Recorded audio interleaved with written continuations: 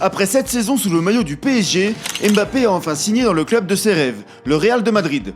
L'arrivée du Français dans la capitale espagnole interroge avec une question centrale. Comment Ancelotti va intégrer la pépite de Bondy au sein du collectif madrilène, tenant du titre en Ligue des Champions? Analysons ensemble le début de saison du Français et son utilisation au sein de la machine merengue.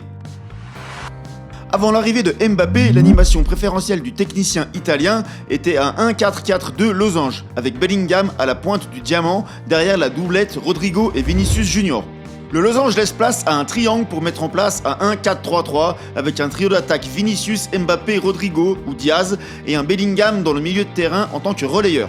Sur l'aspect défensif, Ancelotti met en place un 1-4-4-2, avec Mbappé et Vinicius en pointe, ce qui force l'adversaire à anticiper outrageusement la perte de balle sous peine de se faire punir en contre. Les deux attaquants jouent un rôle défensif minime et sont souvent loin de la ligne de milieu de terrain pour rester une menace constante en cas de perte du ballon. Cependant, Ancelotti demande parfois à Vinicius de redescendre dans le couloir gauche pour former un 4-5-1 et ainsi offrir plus de densité dans l'axe et favoriser les récupérations dans cette zone. Le premier axe d'amélioration pour Mbappé sera la connexion encore peu efficace avec Vinicius sur les phases de transition, où l'on voit les deux joueurs abuser de rush solitaires plutôt que d'utiliser mutuellement leur qualité de projection.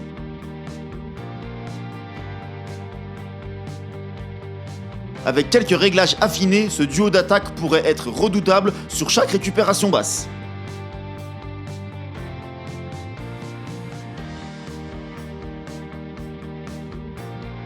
Bien entendu, c'est sur l'aspect offensif que tout le monde attend de voir l'apport de Mbappé au Real. Premier choix de Ancelotti lors du début de championnat, Kylian sera utilisé au départ comme un numéro 9. Lors de la phase de possession, Mbappé démarre toujours en position axiale, collé au défenseur pour continuer de faire planer la menace d'un appel dans le dos. Mais c'est là où ça devient intéressant, c'est que le Français a une grande liberté de mouvement, surtout sur la longue phase de possession madrilène. Voyez cet exemple contre la Real Sociedad, où il se situe d'abord dans l'axe, puis voit que Diaz se rapproche de lui et lui laisse l'espace entre les lignes, pour finir l'action à droite. Ces permutations permanentes sont encouragées par la mobilité des autres attaquants madrilènes de grande qualité, ce qui permet aux merengues de toujours brouiller les pistes dans le camp adverse et permet à Mbappé de se retrouver dans des situations intéressantes avec un temps d'avance sur les côtés.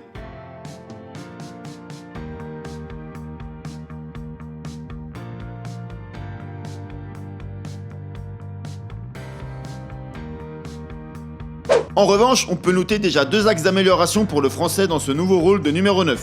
Le premier est la nature de ses appels et les zones à attaquer en profondeur.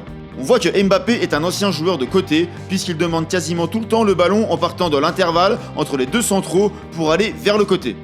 Ce qui fait que Mbappé reçoit souvent le ballon en étant trop loin de la cage et ne peut pas finir ses actions de manière efficace. L'idéal pour lui serait de se situer au départ dans l'intervalle à l'opposé du ballon, entre le latéral et le central, pour faire sa course dans le dos de la charnière centrale et ainsi finir l'action face à la cage. En réalisant cet appel plus souvent lorsqu'il identifie qu'il a beaucoup d'espace dans le dos, Mbappé serait sûrement servi dans d'excellentes conditions et multiplierait les face-à-face. Second point où il faudra être vigilant, la qualité de son jeu combiné dans les petits espaces. Madrid a déjà affronté plusieurs blocs bas cette saison et a perdu quelques points en ce début de championnat.